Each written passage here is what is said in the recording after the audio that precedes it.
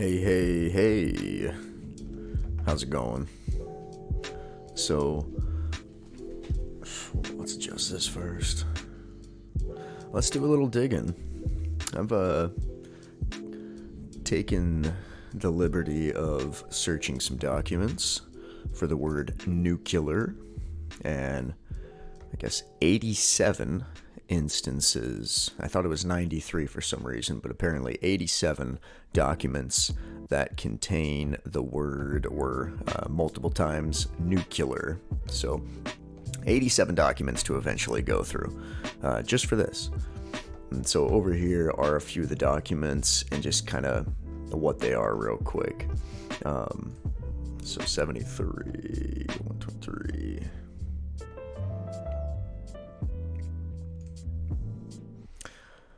So this was the chronology of events, they said, for the attack, and kind of going through it, 94, CNN is the source, and they say that French authorities foil attempt by Algerian hijackers to slam plane into the Eiffel Tower in Paris. In 95, same thing, CNN, they say the Philippine police report 3 terrorist plots after they shut down a terrorist cell. One plot detailed the use of hijacked airliners to hit targets including CIA headquarters in Langley, the Pentagon, and the World Trade Center. One of the men from the cell was Ramzi Youssef, mastermind of the 1993 World Trade Center bombing. Youssef was convicted in the U.S. for plotting to blow up U.S. airliners in Asia. And then in 96, there's a U.S. joint inquiry for CIA Counterterrorism Center, and they create a special unit to focus on Osama bin Laden after his involvement in planning and directing terrorist attacks have become evident to the U.S. intel agencies. So in 96, bin Laden starts to become the boogeyman. If you know who Bill Cooper is, he talks about Osama being kind of this boogeyman because he's a created person. What's his name? Tim Osman, I think. 96, CNN again, Sudan, which has harbored bin Laden since 91. Since 91, when bin Laden was kicked out of Saudi Arabia. Sudan offers to turn Al-Qaeda's founder over to the Saudis for trial. Saudi Arabia doesn't want him, and President Clinton does not push the issue of expulsion. In May, Sudan throws bin Laden out. He and his family go to Afghanistan. 98. U.S. joint inquiry. Osama bin Laden holds a news conference in Afghanistan declaring war on the United States. Did you hear about that? Okay, so bin Laden tends to strike is what the intel agencies are saying. So still some more stuff in June. So they were busy in 1998 here. May, June, August, in the fall, in September, October, November. All stuff. All stuff that is foreknowledge of either Osama bin Laden. Bin Laden. Unidentified Arabs plan to fly an explosive-laden plane from a country the agencies do not name into the World Trade Center. So 98, they had foreknowledge of this. The FAA, however, finds the plot highly unlikely given the state of that foreign country's aviation program. So the FAA basically poo-pooed the idea that whatever Middle East country was in this, or whatever Arab country I should say, they don't have a very strong air force. They don't have maybe an air force at all. They don't have any planes that operate out of their country, maybe no airliners or anything like that, no companies. So they're not going to be able to fly a plane into a building. This is ridiculous. We're going to focus on bombs in bags. 98 in the fall, intelligence officials are notified bin Laden plot involving aircraft and the New York and Washington areas. So basically this is outlining exactly like that, you know, hey, you guys should have known, you had foreknowledge, you guys were warned. So again, interesting document, I think. The video I did on my way to work, I talked about the Atomic Energy Act. So let's bring up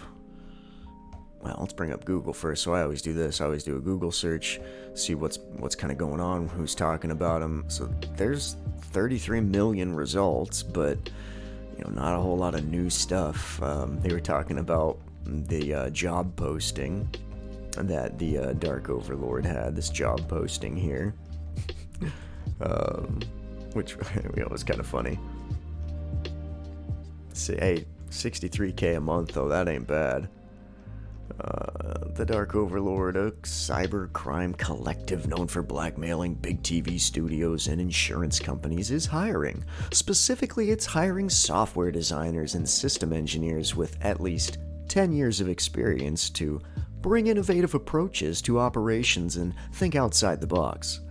According to a shockingly corporate job posting discovered by the cyber threat intelligence company Digital Shadows, the Dark Overlord is looking to fill the last 4 vacant positions with a candidate that has a winning attitude. Okay, but does the Dark Overlord provide dental benefits? Man, if I'm making 63K a month, I'm not gonna gripe over dental benefits. The hacking collective wasn't explicit about health or paid time off policy, but the company did guarantee its new hires would be collaborating with like-minded and ambitious individuals in operations against various companies and governments and worldwide deployments. The Dark Overlord first made headlines when it's... What? No, it didn't. Made headlines before that. When it first blackmailed Netflix. So this is going into talking about the just their clout, essentially. Hacker collectives have HR problems too. So with its back against the wall, the Dark Overlord retaliated against the authorities. So this is talking about how, I should have read this up here.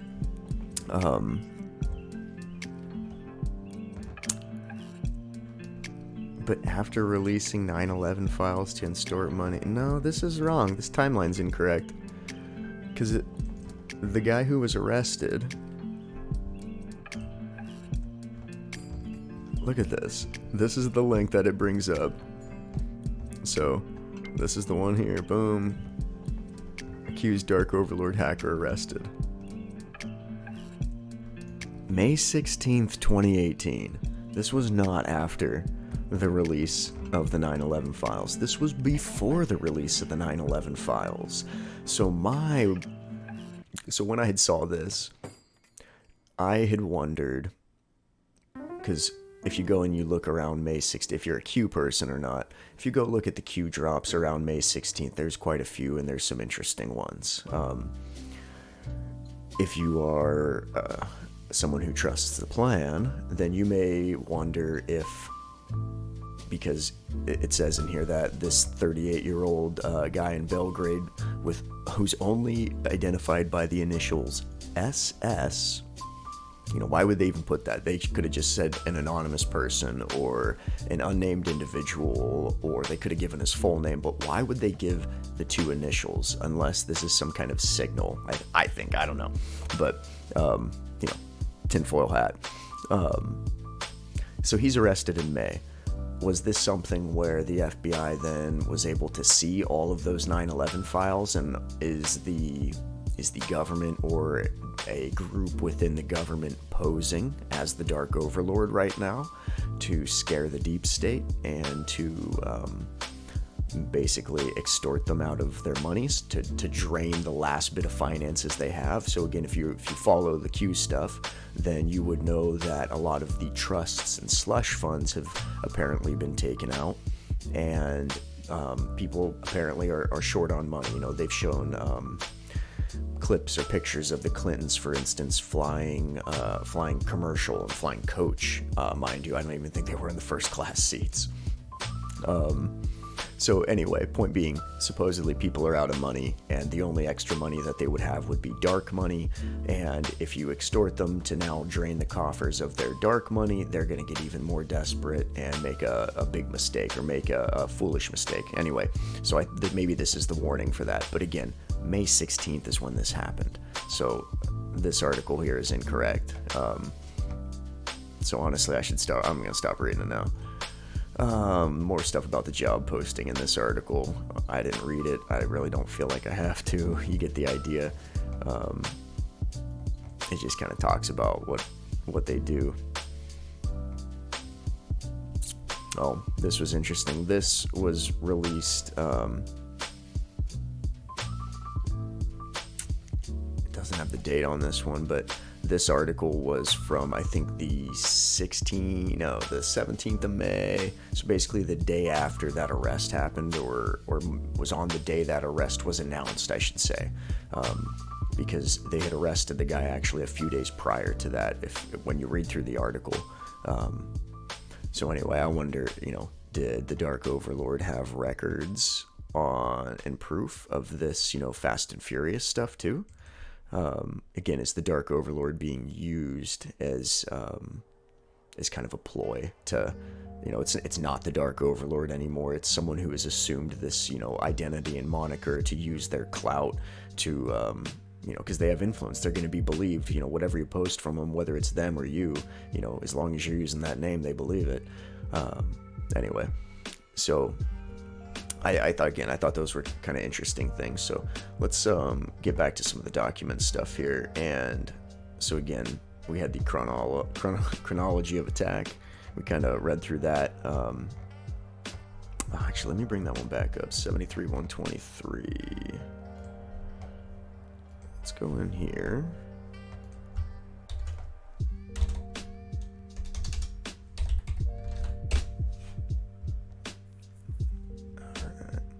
An unnamed nation tells the CIA that al-Hazami had flown from the January meeting in Malaysia to Los Angeles. This was in March of 2000.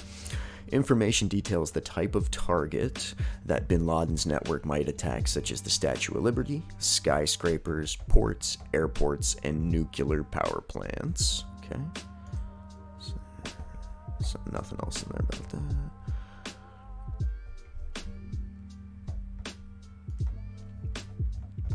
Let's go to the next one. So 36.815, this document here. This was, again, I talked about this in the video I had done just before this one, or well, a little while before this one, but about the amendment to the Atomic Energy Act. And I was wrong. It was 1946, then 54, and then 88. This Price-Anderson provisions got amended. And again, it was kind of like some financial stuff, I believe. So 36.815 is that document there. And 36.815. So, just an act to amend the Price-Anderson provisions of the Atomic Energy Act of 1954 to extend and improve the procedures for liability and indemnification for nuclear incidents. Be it enacted by the Senate and the House of Representatives of the United States of America in Congress assembled, Section 1, blah, blah, blah. So again, they're talking about financial protections and things like that.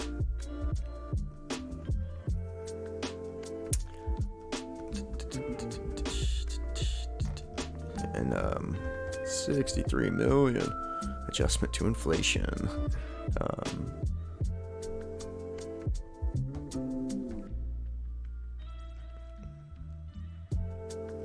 So again, just stuff about the amendments to this Nuclear Energy Act. I thought that's interesting. So now let's look at 66.820.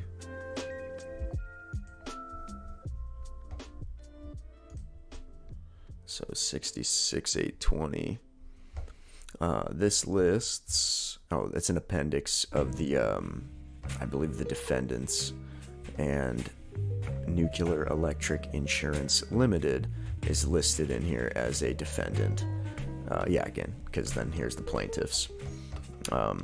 7 World Trade Center, so WTC 7, Silverstein Properties, blah blah blah.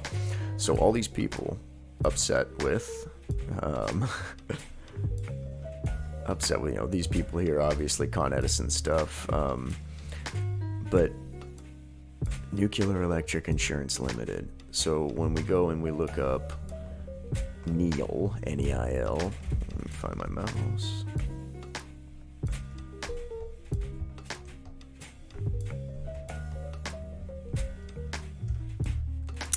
Check for that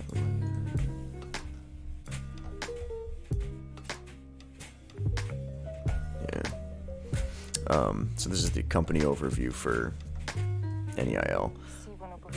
Nuclear Electric Insurance Limited provides insurance solutions to nuclear utilities. Period. Doesn't say anything else. Well, as far as who else they provide for. It insures electric utilities for damages to insured sites, decontamination expenses arising from nuclear contamination, risks of direct physical loss at sites, premature decommissioning costs, and the costs associated with long-term interruptions of electricity supply. Nuclear Electric Insurance Limited was incorporated in 1978 and is based in Wilmington, Delaware. So again, they are all about providing insurance for nuclear utilities. Again, they don't do coal power plants. They don't do hydroelectric. They do nuclear. I tried to dig in a little more. Again, but it just, please feel free, dig into them. Let me know. Maybe I'm wrong on this, but it was interesting because, again, it says that they are, I searched for coal, for instance. This doesn't talk about coal. We can look for hydro. Not finding hydro.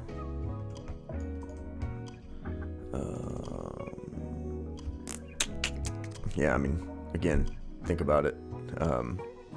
See if you can find something in there where they insure something other than a nuclear utility. Again, I'd be interested to see that. Can't believe that solar. What? Yeah, no solar. Missing solar. This is talking about how nuclear. Yeah. More clean air electricity than solar. Oh, wow. Ooh, this actually might be interesting.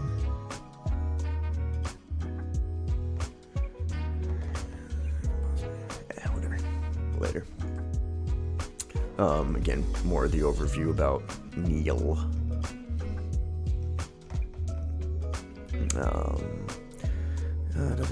Is incorporated under the laws of Bermuda. So,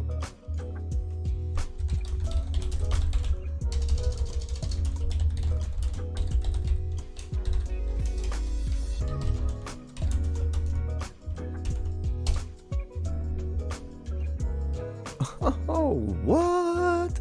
So why would a business incorporate in Bermuda? So, it obviously, offshorecompany.com, wow.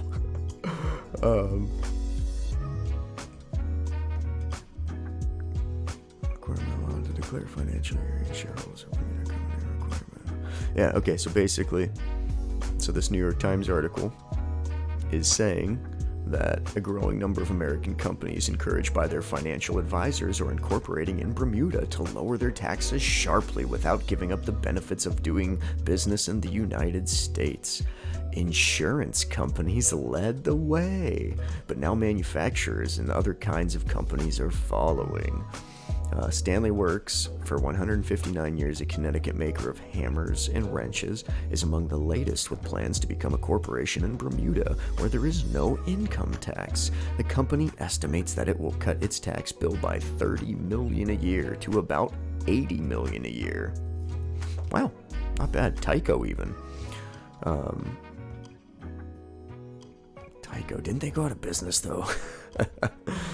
Anyway, Bermuda was interesting to me about that. So let's see.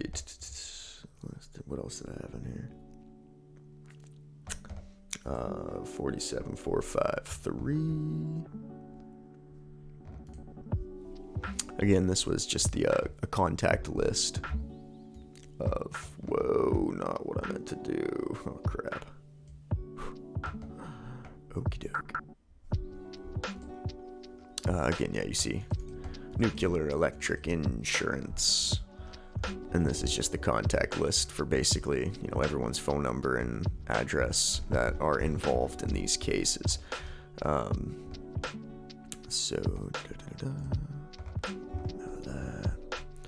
next?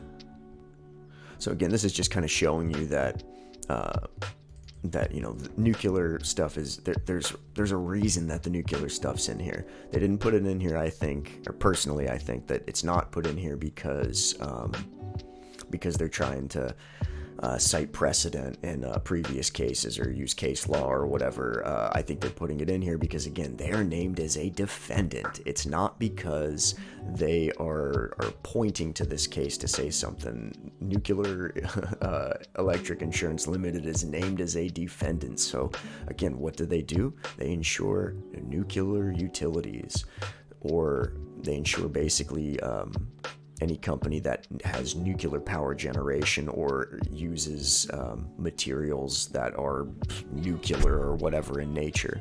So look at it in here. Let's just Google it. Why not?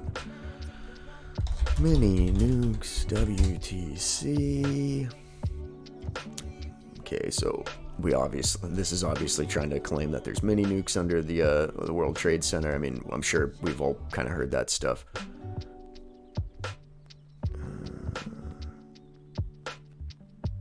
I'll have to read that. So what about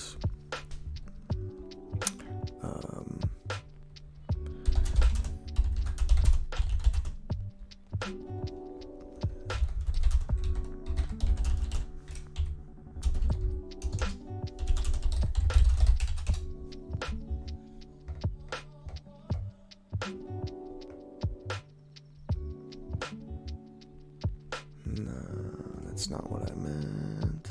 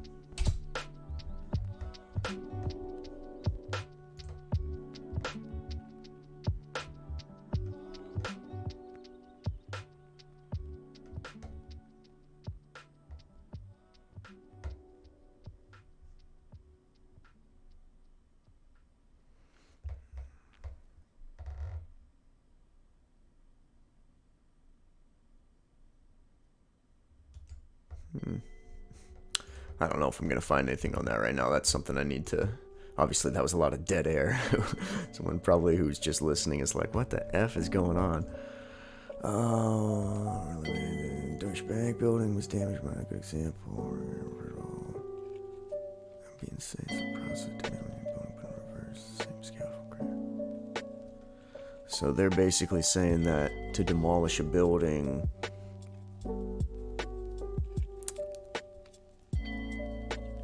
Interesting. They basically just strip it and then chop it. It's like when you steal a car and chop a car up. They take all the useful pieces and use it for something else. Let's try one more thing and then I'm going to give up on this for now so I won't bore you. Let's see. WTC Demolition Plan 19. Was it the 70s that they were built?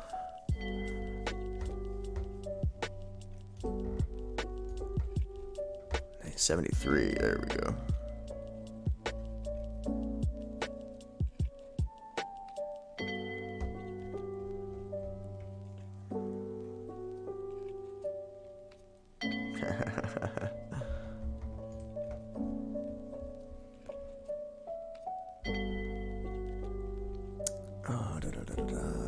Sorry, I'm sure you don't want me to try to peruse this right now, but design process. Design controversies during the design process.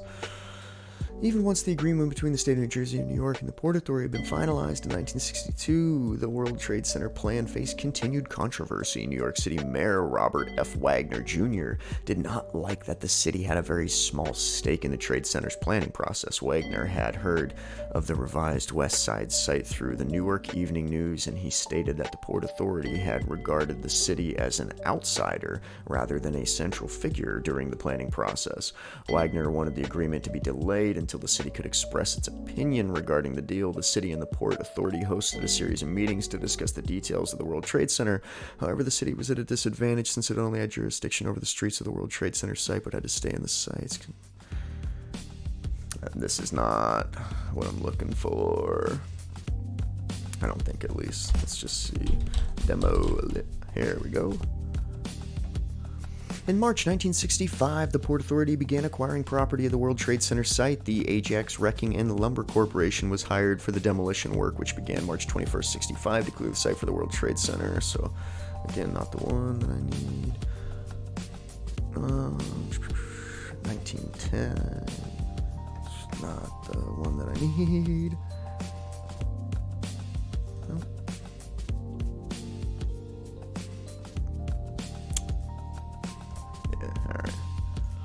I don't remember where I heard that, but that was an interesting theory that they had to have a plan in place prior to the approval process for building the Trade Center. So they had to have a plan of how they would demolish it when it came time to demolish it. And that plan apparently called for, again, speculation, apparently called for the use of mini nukes under the building to make them collapse into their own footprint.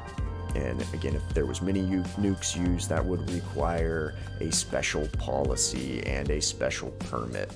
And of course, that special policy would have been held by NEIL, Nuclear Electric, what we talked about before, obviously, insurance. So is that why they're listed as a defendant? Because say that the nukes were used and the towers went down, and then you have radiation now left, and the radiation has caused damage and such to other property and buildings and people, blah, blah, blah. So NEIL is obviously a defendant for that reason, because they're the ones who insure anything nuclear. And then going even further on that. So I saw an interesting article on 4chan that I mentioned. And again, I mentioned that this was a law, but I don't know if that's true or not. So I should have not spoke so soon on that. But this was from 2008 in January. It's actually from the New York Times, I believe. But this is from the archive.is, or no, archive.to. Archive.to. If you haven't heard about the archive controversy where people are trying to take it down basically so they can't be called out when they lie, look into it. Very interesting, very, very telling that someone is literally trying to prevent you from recording history. Anyway, a license check for WMDs? Individuals and companies have increasingly expressed interest in buying detectors to warn them in case of biological, chemical, or radiological attack. Again, this is from 2008. But now a city council committee is considering a proposal that would require New Yorkers to get a permit from the police department to buy or use such detectors. The legislation, which was proposed by the Bloomberg administration and would be the first of its kind in the nation, would empower the police commissioner to decide whether to grant a free 5-year permit to individuals and companies seeking to possess or deploy such detectors. Again, the permit's free, so there's no financial stake in it for them to say yes or no. So I don't understand why you would need to, why this police commissioner has to, hold the iron fist over it. Common smoke alarms and carbon monoxide detectors would not be covered by the law. The police department said violations of the law would be considered a misdemeanor. So nothing terrible, of course. So if you go out and you buy a Geiger counter, it's only a misdemeanor. Why does the administration think that such a law is necessary? The police department's deputy commissioner for counterterrorism told the council's public safety committee at a hearing today, "Our mutual goal is to prevent false alarms and unnecessarily public concern by making sure that we know where these detectors are located and that they conform to the standards of quality and reliability." The law would also require anyone using such a detector, regardless of whether they have obtained the required permit, to notify the police department if the detector alerted them to a biological, chemical, or radiological attack. In this way, emergency personnel or emergency response personnel would be able to assess threats and take appropriate action based on the maximum information available. So again, this just kind of goes into the different things, but essentially you can't have a Geiger counter. They're basically saying, why are we doing this? This law is aimed at fixing a problem that does not exist. It would make it more difficult for the public and government agencies to obtain environmental sampling data in a timely manner. Yeah, so all these things that are negative responses to it, because it's stupid. Why would you outlaw a Geiger counter? Especially if New York is the first one to do it. I think that they're, again, trying to prevent people from being able to go to the WTC site with a Geiger counter and measure radiation and go, hey, what the heck? Why is there so much more radiation here than there should be? And if you can measure the radiation, you know exactly what the half-life is going to be for what kind of radiation it is, so you can tell how big of an explosion there was, assuming that you're believing that it happened on September of 2001. You should know, with how much material's left, you could say, oh, well, it must have been this big because the half-life is blah blah blah, and there's this much left, so it only decayed, yada yada yada. So let's see. Do I have one more thing in here? Oh yeah, one more interesting one to look at. So I should have mentioned this first. If you're gonna dig, I've already mentioned that you should do your best to protect yourself, either sandbox things, use a live operating system. They're easy to create yourself. I did a video on how to use Tails, which Tails is probably the most secure one, I think, that you can use. Again, super simple. All you need is 2 USB drives to really accomplish the whole thing. One for your live operating system, one for your layer files to read. Done. Simple, real easy. I'll try to post the how-to video up, but again, you shouldn't need that. There's a million videos on how to install a live operating system, how to do Tails specifically even, but again, that's neither here nor there. Point being, if you're going to dig on your own, one of the best places I think to start is the PowerPoint documents. PowerPoints obviously are the presentations. So a presentation is a summarization of a bunch of other data. These are probably what were presented or given to the super high up people in the organizations, the big bosses, because they don't have their finger on the pulse of all the cases, but they need to stay updated and informed.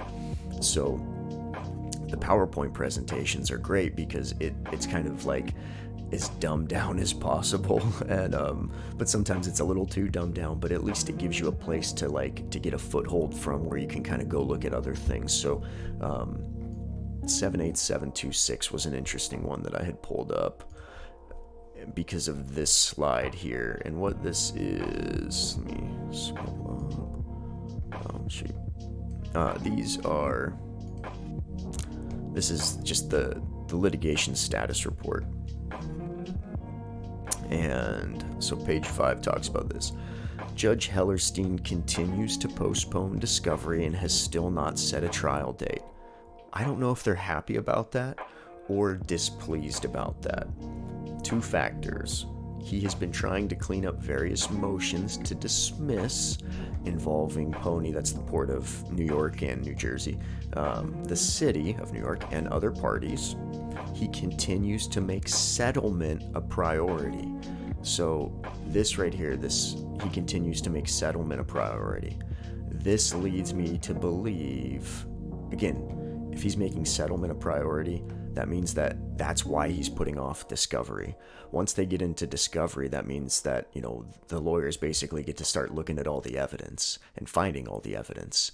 So if the case is settled before that, they don't go into that phase to find maybe some of the damning evidence that, could pull the rug out from under people. So, just my gut feeling. Again, I don't know who. I'd have to go back and look and see, what law firm this is, if they were the defendants or if they're plaintiffs, or which side they're on. But it leads me to believe that Judge Hellerstein is not a good guy. See, he knows, however, that defendants will not make an offer to PD plaintiffs, and that Motley wants more money than defendants will pay. So the judge knows that he's holding this up. He's purposely holding this up. So we expect to bring up schedule at the next hearing. Okay. So again, those things, that was kind of interesting to me.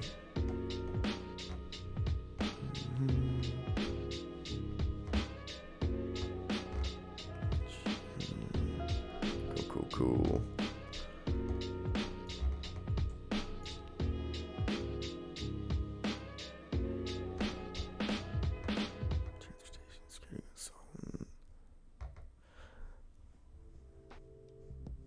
So this must be the prosecuting. Again, I should probably just go look instead of making an assumption, but I would assume that these are the prosecutors, because obviously the defendants are the people who are behind things, and that's why they don't want discovery to happen, or some of the defendants. So I think that these people, it looks like they're trying to figure out how to blame it on security, for instance. Transportation, consultant, okay, how are we going to blame the airlines? Lobbying firm, they're trying to get the right people on their side. Security and consultant, obviously, airport security and such. Legal evidence expert. So this has to do with the discovery portion and phase, probably, and how the evidence can be obtained, because there was the SSI information that's mentioned in Layer 1, and some of the lawyers, I know that there was talk back and forth that they were really concerned because they thought it was going to be very tough to get some of that SSI material during the discovery process.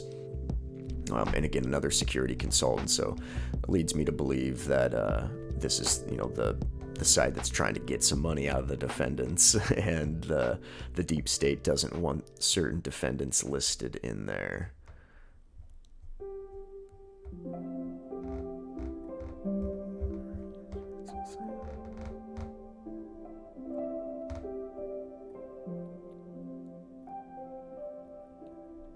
And that doesn't make any sense yet.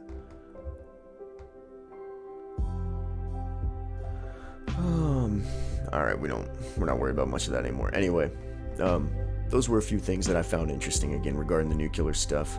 Let's go back into here real quick. As you can see, a lot of stuff on. Oh, and then here's another thing too. When I have the documents, I like to try to see if there's a title on them, because then you can at least get a rough idea, for instance, what the document's going to be about. American Airlines against the FBI? What? Why is the FBI a defendant? I think this was funny because in some of the, I can't remember, there's been so much that's happening, but American Airlines is both, I believe, a defendant in some cases and a plaintiff in other cases. They're basically getting sued and they're suing other people. I find that interesting. Aviation defense for summary judgment.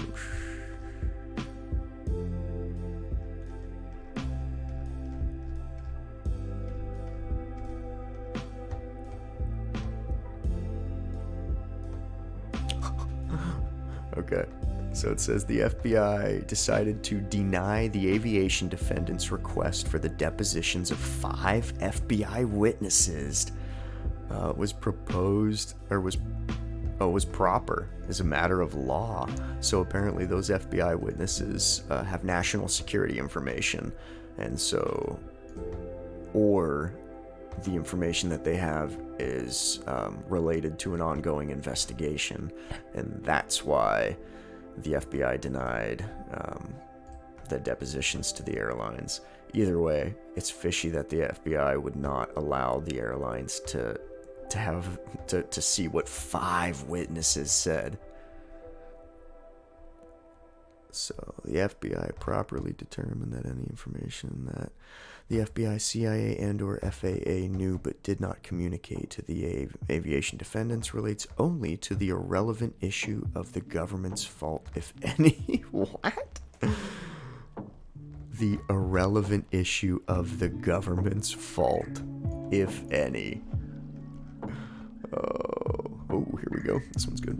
The FBI properly determined that any intelligence information that the FBI, CIA, and/or the FAA did not communicate to the aviation defendants is irrelevant to the issue of foreseeability. So, whoa. So again, the FBI, the CIA, and the FAA, if we go back to, oh man, I was going to end the video a minute or two ago. I guess I'm kind of glad I didn't. Chronology of attacks, so 73, 123. I know this isn't nuke stuff, but still. In March of 2000, an unnamed nation tells the CIA, wait a minute, the CIA? Weren't they just mentioned that the FBI determined that any intelligence information that the CIA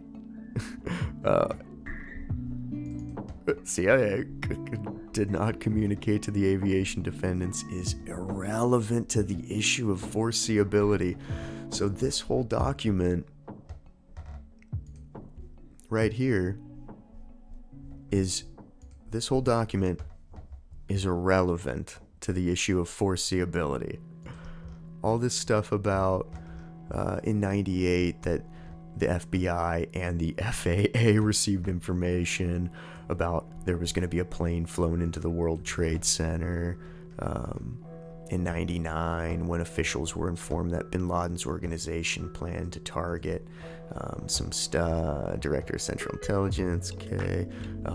In 99, when the intelligence communities notified bin Laden plans to attack on government facilities in Washington, i.e. the Pentagon or the White House. 99, the FBI creates a unit that focused on bin Laden.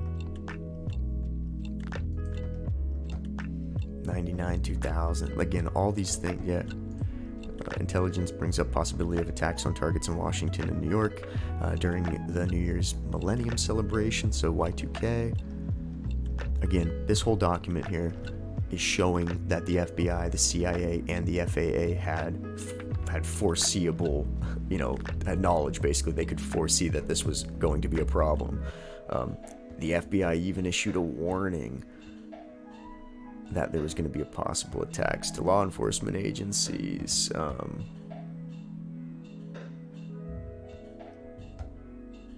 Okay, can't rule them out. Boom, boom. Wow. Okay, anyway. We'll just kind of, hopefully I can leave it there tonight. Anyway, but those were some of the interesting things, I think, in regards to a few of the documents that mentioned nuclear. Let's just dig through one more time. That's right, I didn't want to open that one, it looked fishy. Underwriters and attorneys. Let's just open one more real quick. It's not worth it. Okay, anyway, dude, that's it for tonight. I hope you enjoyed it. Like, share, subscribe, go tell your friends or something. I don't know. Share my channel, see if you can help me grow. The more I can grow, obviously, the more research I'll be willing to do and film. So if you want more info, keep sending subscribers my way. That's it for now.